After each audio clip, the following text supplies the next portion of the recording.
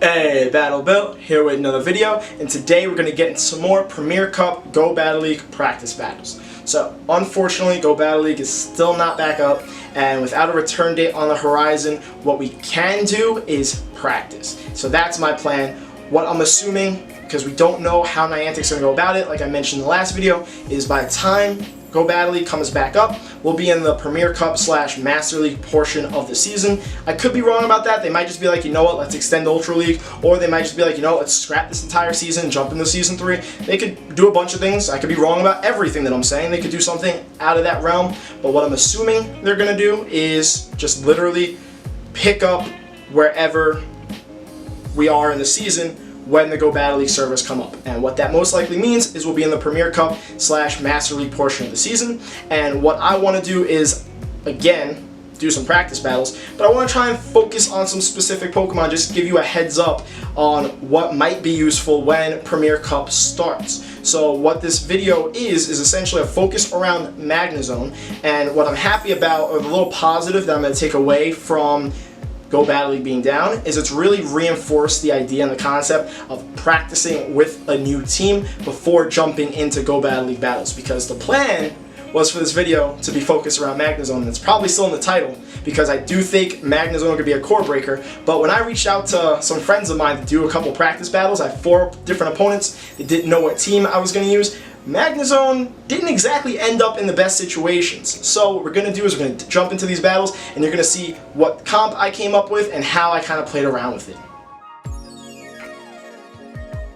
So let's talk about this team comp that I came up with to build around Magnezone. I backed it up with Snorlax and Garchomp. Snorlax being a safe switch, and Garchomp being something in the back that can kind of nuke because of the Mud Shot quick energy generation and the outrage that it has access to, because I like to run Sand Tomb on my Garchomps. In this first match, we get a Magnezone lined up with a Garchomp, and that is not a great situation for my Magnezone because it's a steel and electric type Pokemon, and it's going to take double super effective damage from Garchomp's ground moves, and Garchomp has a super heavy attack stat, so it's really going to hurt the Magnezone. So I go for my safe swap here, being Snorlax, and he matches my Snorlax swap with a Gyarados of his own. I land the first body slam there, and he's just committing to the Dragon Breaths. I know that I can essentially outbulk the Gyarados, and I can get to these body slams quick enough where I can win back switch advantage in this situation. I decide to give a shield there, and I'm just going to overfarm a bit. I'm going to go for this body slam here, and I'm hoping to get a shield from him because Gyarados is glassy, and maybe he'll want to commit to switch advantage,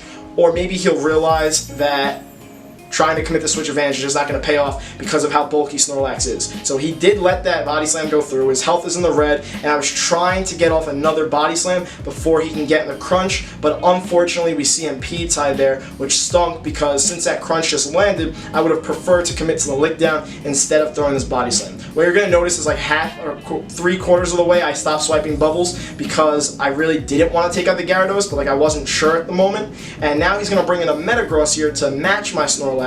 And this isn't the worst possible situation because my Snorlax is bulky enough and has just enough health where I can build all the way up for an Earthquake here. And I do have Magnezone in the back that can still deal solid damage to Metagross. The issue is I'm at a shield disadvantage. This Earthquake will get a shield, but now we're even on shields, and his Metagross has a lot of energy. I don't have a choice but to bring a Magnezone here because I don't want it lined up with his Garchomp in the back. But the issue is that Metagross has access to Earthquake, which would one-shot my Magnezone here. So I have to be very wary of that. I'm expecting a bait, but I can't be too sure, so I do shield. It ends up being a Meteor Mash, which is unfortunate because I've resisted. And he brings in his Garchomp here and goes for his charge move right away. I know the Garchomp didn't get a bunch of energy, so this has to be a Sand Tomb, but look at how much damage this Sand Tomb does.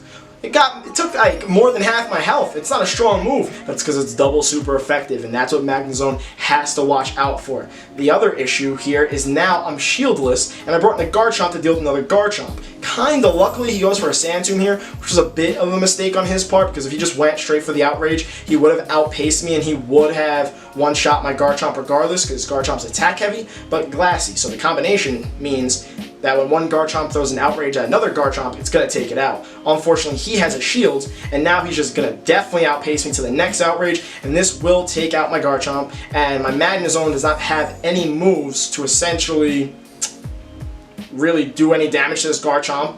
his Garchomp or take it out. So I'm going to build up for the Flash Cannon. I'm curious how much it's going to do because Garchomp is a bit glassy. Flash Cannon will hit for neutral damage, so I'm hoping this will do more than I'm expecting it to do, but what you'll notice is it does not do enough. So the big issue with Magnezone is you don't want it lined up with a ground type. Ground types will be its kryptonite.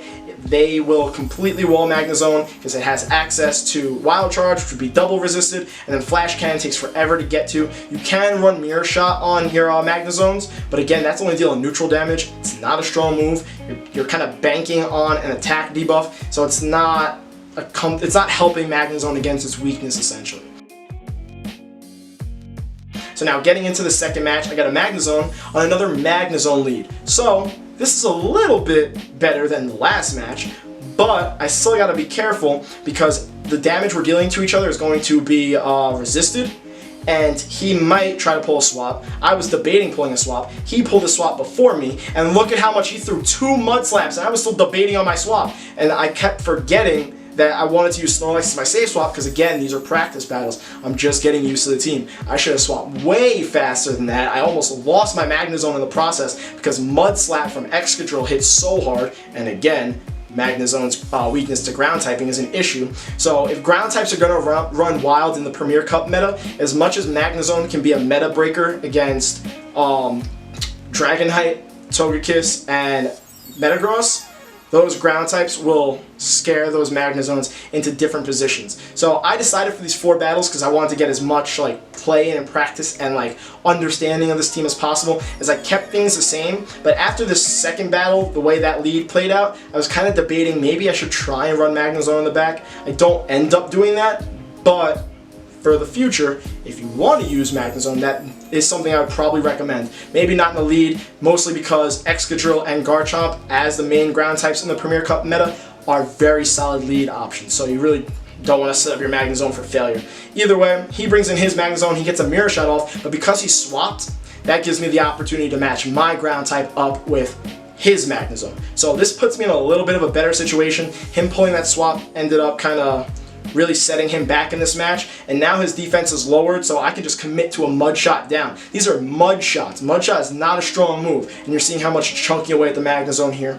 Its defense is lowered, which helps. He goes for a Mirror Shot. It does just about the same amount of damage as a Wild Charge does, and then he gets the attack debuff on me, but that kind of actually benefits me, because since I'm doing less damage to his Magnezone, I'm able to gather more energy as I farm it down, because this next Mirror Shot's only going to get me in the yellow, and I'm still at half health. So hopefully I can get my Garchomp out of here to clear that debuff, but again, Garchomp's attack stat is so high, I'm not too stressed about it with all the energy I have.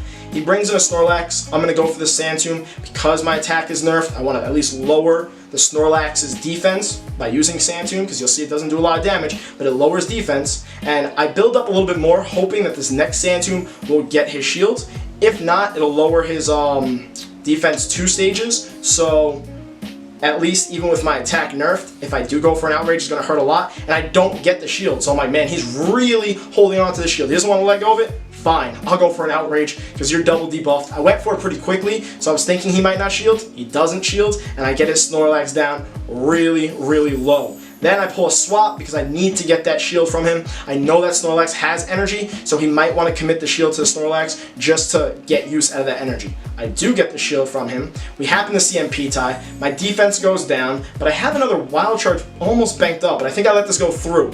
Yeah, I let the Body Slam go through. It takes out my Magnezone, which is fine, because now my Garchomp isn't debuffed anymore, and I can commit to farming down the Snorlax. So that's what I'm going to do here. He ends up getting to one last charge move.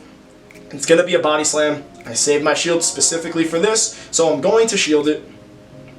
My Garchomp has enough health to hold on. I'm expecting him to swap. He swaps an Excadrill. I go for the Sand Tomb here, and even though it's not the strongest move, the issue with Excadrill in the meta is it's a ground and steel type. So the ground damage deals super effective damage to Excadrill, and it's a bit glassy, so I was able to take out the Excadrill. I Mud Shot down the Snorlax, and I was able to take that match after technically there was a tie on the lead, but then he brought in the Excadrill, the ground type, and started Mud Slapping Magnezone, so I fell behind at that point, so I was able to pull off what I would consider a comeback. So what I'm really liking about doing these practice battles is that when I put together a team for Go Battle League, I don't put the most thought into it. I know it sounds weird. What I try to make sure is there's no obvious like double weaknesses and I'm not going to get completely slaughtered by something. But what I like to do is I'll just put together 3 Pokemon, go on Team Builder on PvPoke, and see if there are any obvious weaknesses that stand out. And what PvPoke told me was there weren't too many obvious weaknesses, but it was going to be a super bait dependent team, and that made sense to me because Snorlax has access to 2 moves like Body Slam and Earthquake that are big gaps in energy, and then Garchomp has access to Sand Tomb and Outrage, same thing.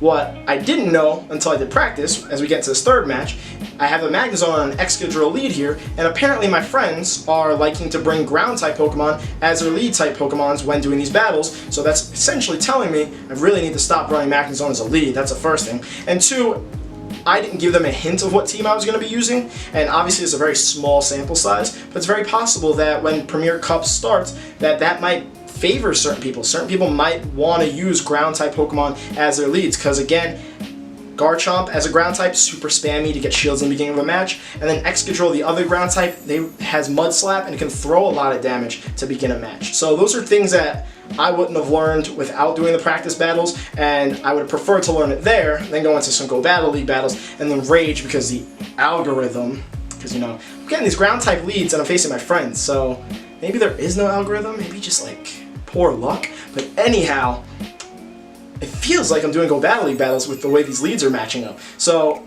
I would have been raging at the algorithm there, whereas now this is practice, I don't mind losing. So in this next match, my friend gets to charge move on his Magnezone that he's about to throw here. This is going to be an Avalanche because it's just a more energy efficient move that Magnezone has access to, but I am able to get switch advantage back after losing that lead again. So Snorlax is a safe switch in Premier Cup. It seemed like a solid option. The issue here is he brings in a Metagross like my other friend did in the other match. And as great as it is I'm getting the Body Slam, I'm hoping maybe he thinks I built up enough energy.